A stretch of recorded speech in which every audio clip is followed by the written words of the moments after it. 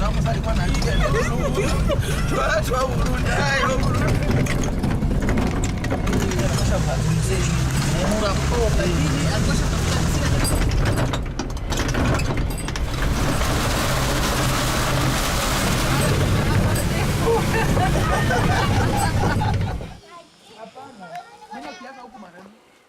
enfants se lavent les mains.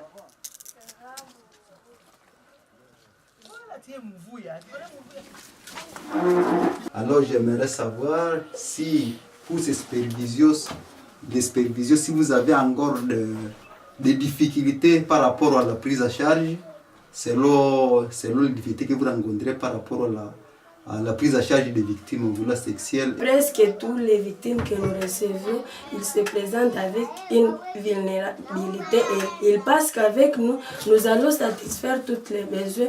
Or, nous sommes limités seulement à la prise en charge psychosociale, juridique et puis médicale. Et vous comprenez, vraiment calme. Ndio.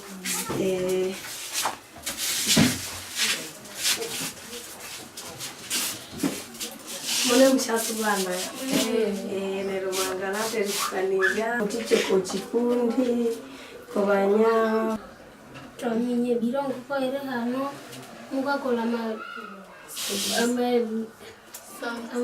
Pour parler sur son problème, non? Oui, nerumangala terikukanira. La deuxième femme, c'est Kahindo Bitato de Moussese. Lorsqu'elle a 30 ans, lorsqu'elle était venue, elle n'avait même pas l'envie de parler à personne. Et elle était stigmatisée dans son village. Elle aimerait rester toujours dans sa maison, entourée de ses enfants. Son mari ne restait pas ici. Et en tout cas, elle n'aimait pas voir les personnes. Combien d'enfants a-t-elle? Elle a 5 enfants. 5 enfants. Ah oui. Et elle habite toute seule? Elle habite toute seule. Son mari est dans il est dans le monde depuis tas d'années. On ne sait pas comment les localiser. Et la maman s'occupe seule des enfants. Et puis, elle aimerait que ce soit les enfants qui l'entourent. Et grâce aux sensibilisations, à une personne qui avait été sensibilisée de son milieu, et il avait intéressé quand même la personne, malgré le repli sur soi, elle avait trouvé l'occasion de lui raconter quand même de ce qu'elle a en train de faire à Mwangi, les activités de sensibilisation. C'est comme ça que nous avait atteint. Et là, nous avons fait mémement, nous l'avons écouté, nous l'avons aidé à identifier ce problème. Et il avait aussi trouvé une solution. Et il aimerait aussi porter plainte à l'Ingoni. Mais la technique n'avait pas réussi. Comme c'est une personne ingonie, il avait été violé par les miliciens, on ne sait pas qui. En tout cas, c'était grave. Comme l'auteur était inconnu, en tout cas, les procédures n'avaient pas tenu. Et jusque-là, elle a encore un peu de douleur. Elle dit que elle disait que les colonnes vertébrales, ça ne va pas, mais les replis sur soi, elle commence à aller laquiller les personnes. Bien avant, il était difficile, elle se présentait ici. Elle est une grande personne, mais elle avait été accompagnée. Dans la prise à charge, nous accueillons les victimes. Après avoir les accueillis, nous les identifions.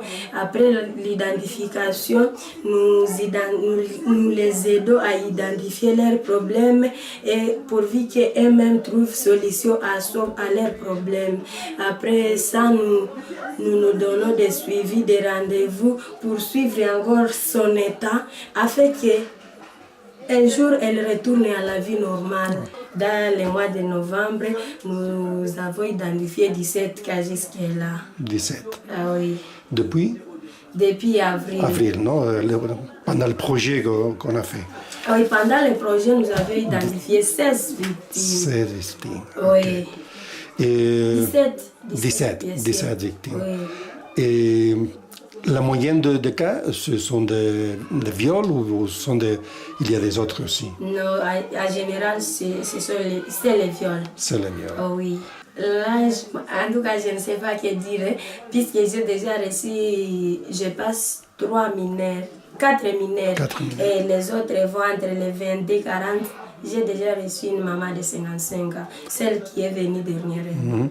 Combien ont été violés par civils militaires? J'ai déjà reçu seulement un cas que la fille avait été violée par 3 civils. Oui, mais tous les autres, ce sont des miliciens. Des miliciens. Oui. Et quand on parle des civils, sont de même village ou sont de... Non, ce ne sont pas des mêmes villages, ce sont des civils, mais les inconnus. Vous ici, dans la maison d'écoute, vous faites aussi la sensibilisation, Oui, non? nous faisons la sensibilisation. Qu'est-ce que vous faites avec Nous faisons la sensibilisation, bien sûr. Lorsque nous voulons sensibiliser, par exemple, une sensibilisation là, un tas, c'est des jeunes, c'est de sa personne, là nous l'avons de communiquer dans différentes églises. Puis nous précisons là où la sensibilisation va commencer et nous indiquons les liens. Et quand nous voulons sensibiliser dans des mutualités de 50 personnes, je ne sais pas de combien, là nous commençons à nous voir d'abord avec le président du groupe, puis c'est bien lui qui va confirmer le programme. Et les sensibilisations par des routines, comme la personne nous trouvions ici, elle nous rencontre là, nous pouvons la parler de notre travail, ce que nous sommes en train de faire dans la maison d'écoute, si nous travaillons avec combien de volets et donner aussi l'objectif de chaque volet, de chaque structure bien sûr. Et la sensibilisation de routine, c'est chaque semaine? En tout cas là, c'est chaque semaine. Oui.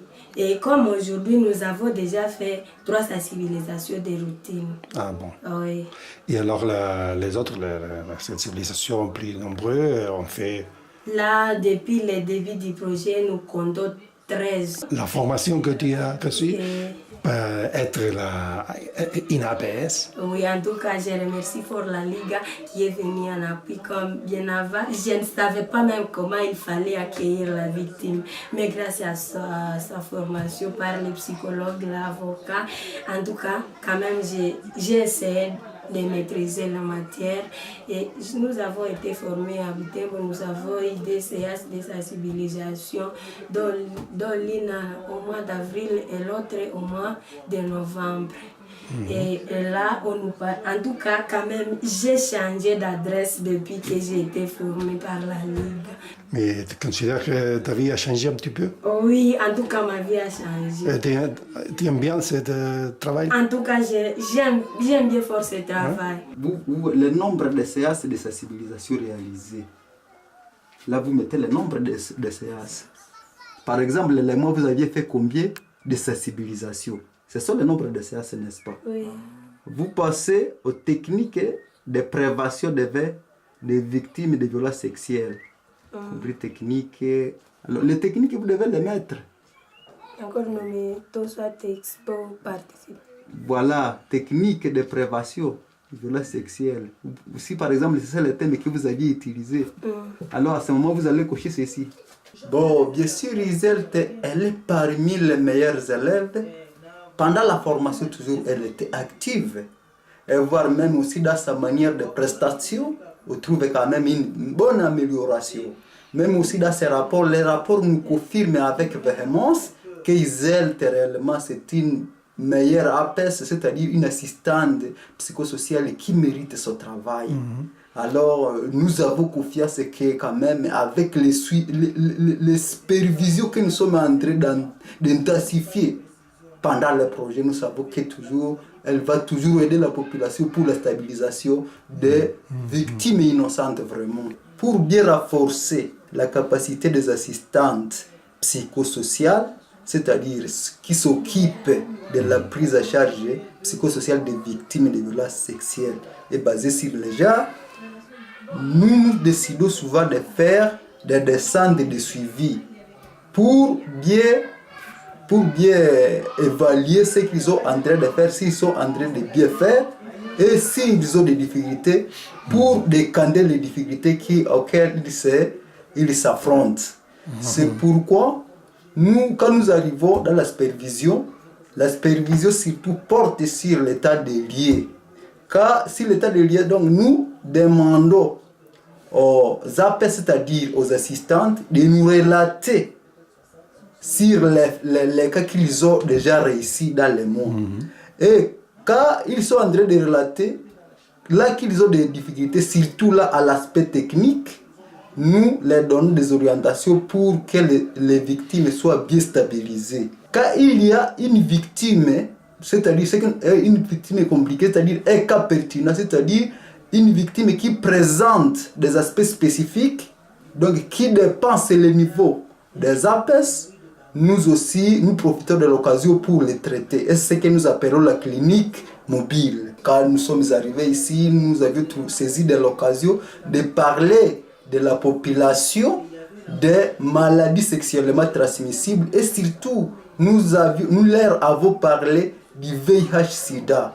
Alors nous les interpellons de faire aussi le dépistage volontaire pour connaître son état sérologique. Alors quand ils ont fait cela, si on constate que la victime, qu'une personne est déjà atteinte par le VIH-Sida, alors aussi nous encourageons, aussi nous faisons ce que nous appelons l'accompagnement psychosocial ou l'encadrement psychosocial, ce que nous avions appelé dernièrement le E. Donc c'est l'encadrement psychosocial. Cette personne nous donne des conseils, nous l'aidons pour ne pas propager ce VIH-Sida aux autres personnes innocentes. Combien de visites vous avez faites ici à Mwangi? Okay. Pendant le projet, nous avons déjà fait 3 visites de supervision. Et le reste des contacts, comme vous les faites? Oui, nous restons en contact parce que souvent, quand ils ont des problèmes, souvent, par exemple, s'ils constatent que la victime a la phobie, souvent ils nous contactent par téléphone et nous les appelons pour donner d'autres orientations pour que la victime puisse se stabiliser. Oui. La victime est améliorée. Bon, j'estime parce que à peu près, il y a 85% d'amélioration. Et les autres victimes sont encore à suivi psychologique parce que la thérapie psychologique dépend de l'éclat de vie de chaque personne. Tu crois qu'il y a besoin, non, de prolonger le projet ici, non? Oui, comme dans la zone de santé de Bienne, les hommes sont violés, on les oblige de coucher les femmes kidnappées d'autre part. Et lorsque ces femmes reviendront de là qu'elles sont, comment nous allons les encadrer? Ces miliciens commencent d'abord à violer ces femmes. Oui. Après viol de ces femmes, alors aussi ils exigent les hommes alors de violer alors ces mêmes femmes. À un moment donné, les gens reviennent. S'ils ne sont pas tués, ils reviennent. Alors quand ils reviennent, c'est ce qu'il est en train de dire. Certainement, ils vont revenir. Et ils vont revenir dans la communauté. Le besoin de les prendre en charge sera là. Alors s'il n'y a pas continuité du projet, ça risque déjà d'être une difficulté parce que ce sera des cas qui vont souffrir sans prise en charge. C'est pourquoi ils voulaient que le projet puisse continuer parce que ça, c'est déjà une situation, qu'on le veuille ou pas, qui doit vraiment avoir des effets, des conséquences dans la communauté.